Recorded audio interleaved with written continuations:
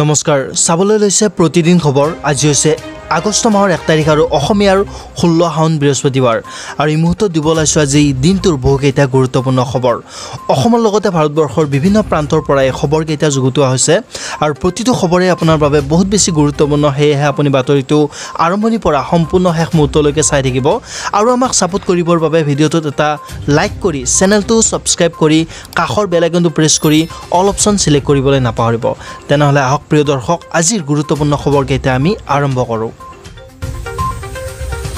প্ৰথমে দিব লাইছো এটি গুৰুত্বপূৰ্ণ খবৰ উৎকট গৰমৰ মাজতে ৰাজ্যবাসীলৈ হকাহৰ খবৰ আগন্তুক 4 দিনলৈকে ৰাজ্যত হ'ব মুখলধাৰ বৰষুণ আজিৰ পৰা 4 আগষ্টলৈকে নেৰা নেপেৰা বৰষুণৰ সম্ভাৱনা আৰু অহা 24 ঘণ্টাত প্ৰচণ্ড বৰষুণৰ লগতে হ'ব বিজুলী ঢেৰেকণিও বৰজাস্থিত আঞ্চলিক বতৰ বিজ্ঞান কেন্দ্ৰই এতিয়া জাননী জাৰি কৰিছে সাগৰৰ পৰা 0.9 কিলোমিটাৰ গতিত উৎপত্তি হোৱা ধুমুহাৰ ফলত পৰিব প্ৰভাৱ আৰু অসমৰ লগতে উত্তৰ পূবৰ আন ৰাজ্যসমূহতো হ'ব মুখলধাৰ বৰষুণ গতিকে হকাহৰ খবৰ আৰু তাৰ লগতে কিন্তু সাৱধানতা অৱলম্বন কৰিব লাগিব ৰাজ্যবাসীয়ে বিগত কেইবাদিন ধৰি গ্ৰীষ্ম প্ৰবাহে ধৰিছে ৰাজ্য আৰু উৎকট গৰমৰ ফলত আমিও একাধিক লোকৰ মৃত্যুৰ খবৰো লাভ কৰিছিলোঁ ৰাজ্যবাসীয়ে জ্বলা-কলা খাইছে উৎকট গৰমৰ ফলত আৰু তাৰ মাজতে এতিয়া হকাহৰ খবৰ আহি পৰিছে বতৰ বিজ্ঞান কেন্দ্ৰই সতৰ্কতা জাৰি কৰিছে আগন্তুক 4 দিনলৈকে হ'ব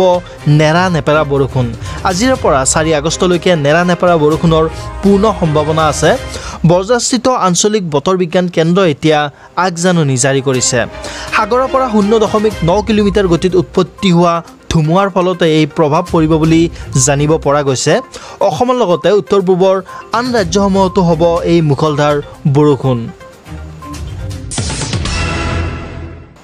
পৰৱৰ্তী অন্য এক গুৰুত্বপূৰ্ণ খবৰ অৰুণোদয় আঁচনিক লৈ ডাঙৰ খবৰ মুখ্যমন্ত্ৰী হিমন্ত বিশ্ব শৰ্মাৰ ডাঙৰ ঘোষণা ৰাজ্যত এইবাৰ অৰুণোদয় 3.2 আৰু নতুনকৈ 20 লাখ হিতাধিকাৰী সোমাব অৰুণোদয় 3.2ত অৰুণোদয় আঁচনিৰ বাবে এতিয়াৰ পৰা থাকিব লাগিব ৰেচন কাৰ্ড লগতে আধাৰ কাৰ্ডো থাকিব লাগিব অৰুণোদয় আঁচনি পাবলৈ মুখ্যমন্ত্ৰী হিমন্ত বিশ্ব শৰ্মাৰ ডাঙৰ ঘোষণা অৰুণোদয় আঁচনিৰ বাবে ৰেচন কাৰ্ড আৰু আধাৰ কাৰ্ড থকাটো এতিয়াৰ পৰা বাধ্যতামূলক হৈ পৰিব আৰু ৰেচন কাৰ্ড বা আধাৰ কাৰ্ড যদি নাথাকে তেন্তে অৰুণোদয় আঁচনিৰ সুবিধা কিন্তু লাভ কৰিব নোৱাৰিব আৰু প্ৰকৃত হিতাধিকাৰীক অৰুণোদয় আঁচনিৰ সুবিধা দিবলৈ এতিয়াৰ পৰা ডাঙৰ সিদ্ধান্ত গ্ৰহণ কৰিছে ৰাজ্য চৰকাৰে আৰু অৰুণোদয় আঁচনিক লৈ নতুনকৈ কৰা হ'ব নিৰ্বাচন প্ৰক্ৰিয়া আৰু বৰ্তমান পাই থকা আৰু নতুনকৈ অন্তৰ্ভুক্ত হোৱা হিতাধিকাৰীক কৰা হ'ব পুনৰ নিৰ্বাচন মুখ্যমন্ত্ৰী হিমন্ত বিশ্ব শৰ্মাৰ ডাঙৰ ঘোষণা চৰকাৰে এয়া ডাঙৰ পদক্ষেপ গ্ৰহণ কৰিছে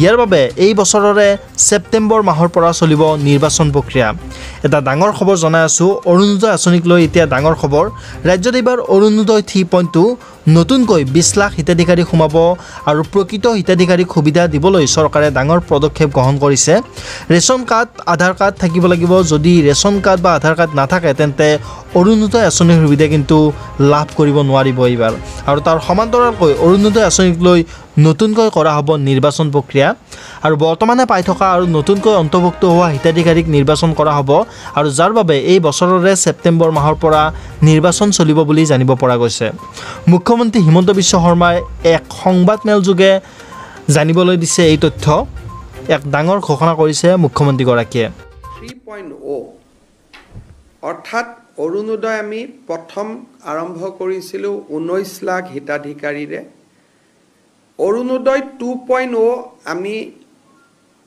সামৰি লৈছিলোঁ 27 লাখ হিতাধিকাৰী এতিয়া অৰুণোদয় 3ত আমি সিদ্ধান্ত লৈছোঁ আমি আৰু 20 লাখ হিতাধিকাৰী এই আঁচনিৰ আমি অধীনলৈ আনিব খুজিছোঁ যদি 20 লাখ হিতাধিকাৰীক এই আঁচনিৰ অধীনলৈ আনো তেতিয়াহ'লে এই আঁচনিৰ অধীনত বেনিফিটেড পৰিয়ালৰ সংখ্যা 47 লাখলৈকে বৃদ্ধি পাব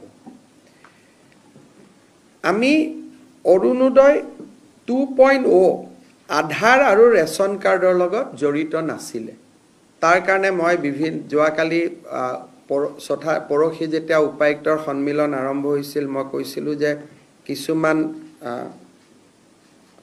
অৰুণোদয় হিতাধিকাৰী অবাঞ্ছিত লোকৰ হাতলৈকেও যোৱাৰ কিছু তথ্য আমাৰ হাতলৈ নিৰ্বাচনৰ সময়ত আহিছিলে।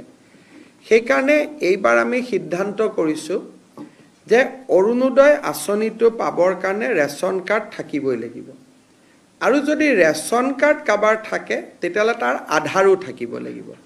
অৰ্থাৎ Arunodoi will be link with Aadhaar and ration card.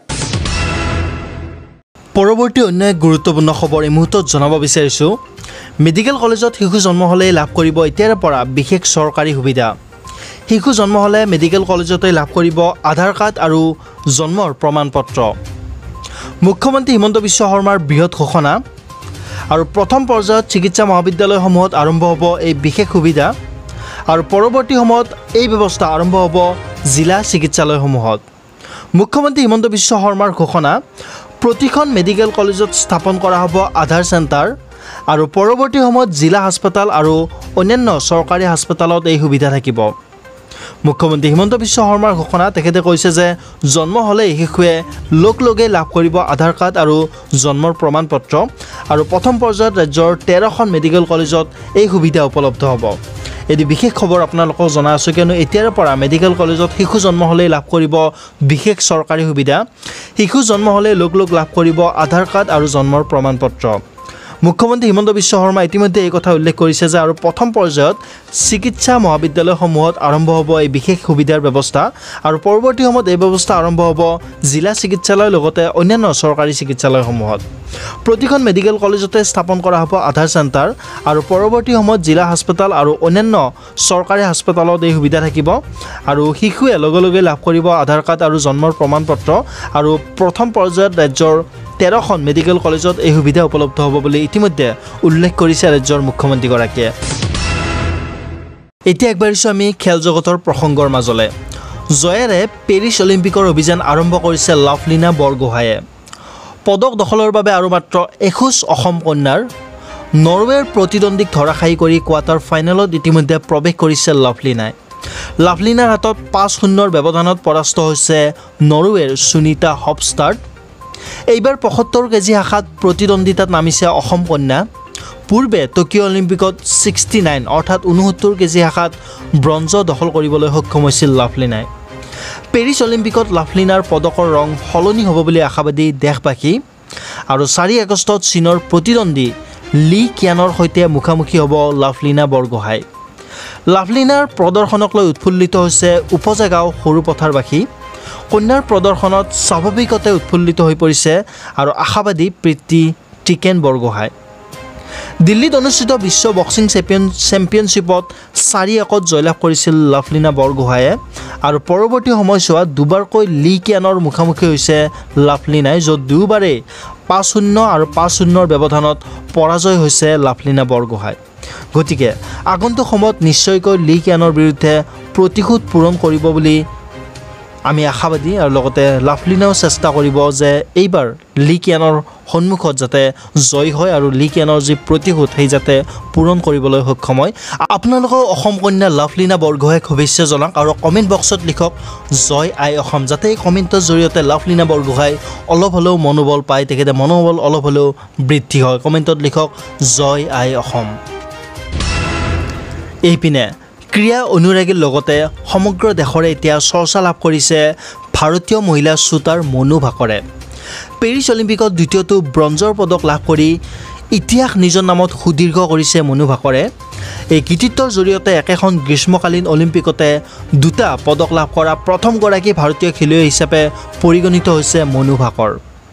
22 বছৰীয়া খেলুৱৈগৰাকীয়ে প্ৰথম মহিলাৰ 10 মিটাৰ এয়াৰ পিষ্টল ইভেণ্টত ব্ৰঞ্জৰ পদক লাভ কৰাৰ পিছতেই 10 মিটাৰ এয়াৰ পিষ্টল মিক্স ইভেণ্টত মংগলবাৰে দ্বিতীয়টো ব্ৰঞ্জৰ পদক লাভ কৰিবলৈ সক্ষম হয়। 2020 চনৰ টকিঅ' অলিম্পিকলৈও নিৰ্বাচিত হৈছিল ভাৰতীয় খেলুৱৈগৰাকী, কিন্তু এয়াৰ পিষ্টলৰ বিসংগতিৰ বাবে 2020 চনত অলিম্পিক পদৰ জয়ৰ যাত্ৰা আধাতে সামৰিবলগীয়া হৈছিল। বিশ্ব championship, Asian games, Commonwealth games আৰু ইয়থ অলিম্পিক গেমছত ইতিমধ্যে স্বৰ্ণ পদক লাভ কৰি মনু ভাকৰে অতি কম বয়সতে ইতিহাসৰ আটাইতকৈ সফল ভাৰতীয় শ্বুটাৰ হিচাপে পৰিগণিত হৈছে।